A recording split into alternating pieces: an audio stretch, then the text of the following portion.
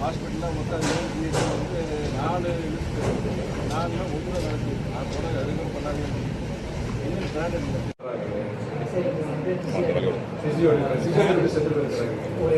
ஒரே ஒருத்தரா duty timing 9 to 4 9 class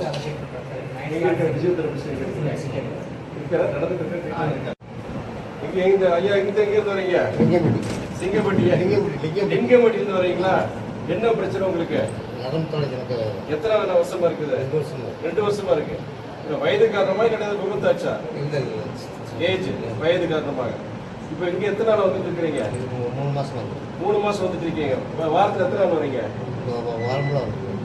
வாரத்துல எத்தனை நாள்? 6 days வரீங்க. என்ன மாதிரி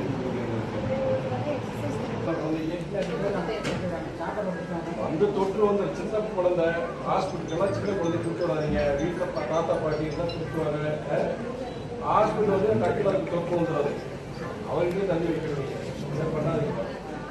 நீங்க போயிடலாம். சீட்டில் எடுத்து வயது கொடுத்த மாத்திரை பாருங்க. குடிப்பொழி வேணும், குடிப்பழக்கம் வேணும். நல்லா பார்க்குறாங்க. இங்க எல்லாருக்கும் வசதியாக இருக்குது. உங்களுக்கு வசதியாக இருக்குது, பேஷண்ட்ஸ்க்கும் வசதியாக இருக்குது. நல்லபடியாக உங்களுக்கு எல்லாம் பார்த்துக்கிறாங்களா? பிரச்சனை இல்லையா? பிரச்சனை இல்லை. அந்த பொதுக்குழு பொறுத்த வரைக்கும் தலைவரோ நானோ வந்து தனிப்பட்ட எதுவும் சொல்ல முடியாது. ஆனா ஒரு மிகப்பெரிய ஒரு மன அழுத்தம், ஒரு வேதனை கட்சிக்காரங்க மத்தியில தமிழ்நாடு முழுக்க இருக்கு.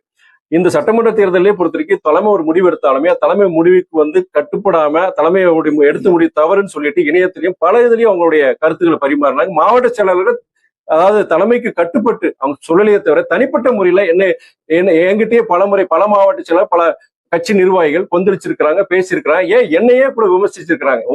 நான் உங்களை தாங்க நம்பிட்டு இருந்தோம், ஆனா நீங்களுமே எங்களை கைவிட்டுட்டீங்கன்னு சொல்லிட்டு பல மதிமுக சேர்ந்த பல நிர்வாகிகள் சொல்லியிருக்கிறாங்க. பக்கத்துல இருக்க இந்த மாவட்ட செயலாளர் அதுல ஒருத்தர். மறுமலர்ச்சி திமுக அதிமுக ஆட்சியும் பார்த்திருக்கு, திமுக ஆட்சியும் பார்த்திருக்கு. அதிமுகவோட மறுமலர்ச்சி திமுக கூட்டணி வச்சிருக்காங்க, திமுகவோடையும் கூட்டணி வச்சிருக்காங்க. ஆனா இப்ப நடக்கிற இந்த ஆட்சியை பத்தி இன்னைக்கு வெளிப்படைத்தன்மையோட இந்த ஆட்சி இருக்குன்னு சொல்லி முதல்வர் விஜய் சொல்றாரு. அதை பத்தி நீங்க என்ன நினைக்கிறீங்க?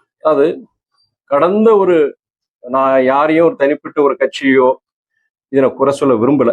ஆனால் இது எனக்கு, உங்களுக்கு, தமிழ்நாட்டு மக்களுக்கு எல்லாருக்கும் தெரியும். ஆட்சிகள் மாறினாலும் காட்சிகள் மாறுவதில்லைங்கிறது வந்து ஒரு நிரந்தர இது மாதிரி ஆயிப்போச்சு. ஜனங்க பொறுத்த வரைக்கும் எனக்கு என்ன, ஜாதி மதங்களை கடந்து பண அரசியலை கடந்து சரி ஒரு மாற்றத்தை உருவாக்கணும்னு சொல்லி இந்த மாற்றத்தை உருவாக்கி இருக்கிறாங்க. அது என்னன்னா, ஐயா நாங்க கூட்டணி வச்சோம், அதிமுக கூட்டணி வச்சோம், திமுக கூட்டணி வச்சோம், ஐயா மூப்பினாரும் வச்சாரு. ஆனா நாங்க எல்லாரும் முதல்ல என்ன பண்ணோம், தனியா போட்டியை போடலாம்னு கட்சி ஆரம்பிச்சு முதல்ல 3வது அணி தான் நாங்க போட்டோம். அப்ப மார்க்சிஸ்ட் கட்சியோட நாங்க கூட்டணி வச்சு போனோம். ஆனா எங்களுக்கு மக்களுக்கு ஆதரவு கொடுக்கல. ஐயா மூப்பினார் அந்த முயற்சி எடுத்தாரு, அவருக்கு அந்த மக்கள் ஆதரவு கொடுக்கல. ஏன்னா என்னன்னா அதுக்காண்டி வைகோவோ சரி மூப்பினாரையோ குறைச்சு மதிப்பிட்டு இருக்காண்டி கிடையாது. இவங்க ஜெயிக்க மாட்டாங்க, நல்ல மனுஷங்க தான், ஆனா இவங்க ஜெயிக்க மாட்டாங்கன்னு சொல்லிட்டு மக்கள் நல கூட்டணி ஏற்படுத்தோம். பொது உணவு இயக்கங்கள் விசிக்கு எல்லாம் வச்சு பண்ணோம். அப்பவுமே மக்கள் பொறுத்த வரைக்கும் நம்பிக்கை ஏற்படல.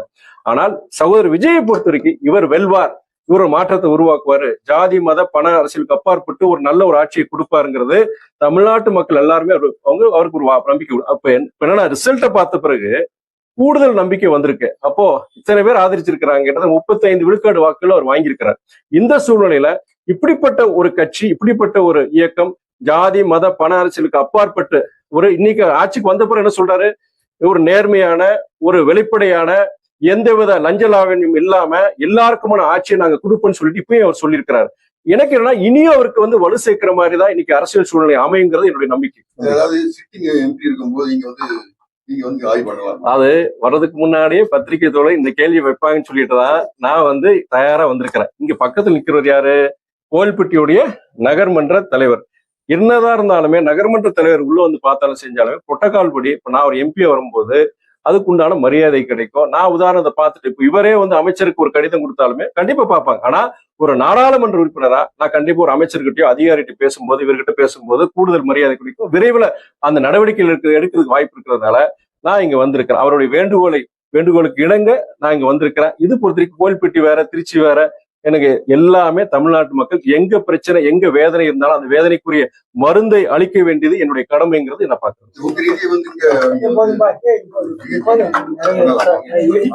அது எங்க வர சொல்லல, அதாவது ஒரு நாடாளுமன்ற உறுப்பினராக மற்றும் கிடையாது, மறுமலர்ச்சி திமுகவுடைய ஒரு நிர்வாகியாக, ஒரு அரசியல் இயக்கத்தின் ஒரு நிர்வாகியாக நான் எனக்கு பொறுத்தவரைக்கும் கோல்பட்டியூர் நகர்மன்ற தலைவர் இங்க இருக்கிற எங்களுடைய சகோதரர் RS ரமேஷ், அவர் பொறுத்த வரைக்கும் நீண்ட காலமாக கிட்டத்தட்ட 5 வருடங்களுக்கு மேலாக இந்த மருத்துவமனை பத்தி இந்த குறைபாடுகள் இருக்கு, நான் இன்னைக்கு நகர்மன்ற தலைவர் இருக்கும்போது எனக்கு பொறுத்த வரைக்கும் இது பண்ணி கொடுத்தீங்கன்னா அது ஜனங்களுக்கு உபயோகம் கேட்கிறார். அதன் அடிப்படையில் நான் வரேன். சோ நீங்க கேட்ட கேள்விக்கு உண்டான ஹோம்ஒர்க் பண்ணி தான் உங்களுக்கு பதில் சொல்லியிருக்கேன். சார், சோதனை காலம் முடிஞ்சு திரும்பி வசதாக்கெல்லாம் தலைவர் சொல்லிட்டாங்க. அவங்களோட தாவக்காணி அமைச்சர்கள் நீங்க பங்கேற்க வாய்ப்பு இருக்கா? இல்ல, அது அமைச்சரவையில பங்கேற்கிறதுக்கு உண்டானதை பத்தி கேள்விக்கு நாங்க முதல்ல பொதுக்குழுல நாங்க முடிவெடுப்போம். திமுக கூட்டணியில இருந்து நாங்க வெளியே வருமா, அப்ப அடுத்த கட்டம் என்ன முடியும்னு பார்ப்போம். அதெல்லாம் டூ ப்ரீமேச்சர், இப்போ நம்ம சொல்ல முடியாது.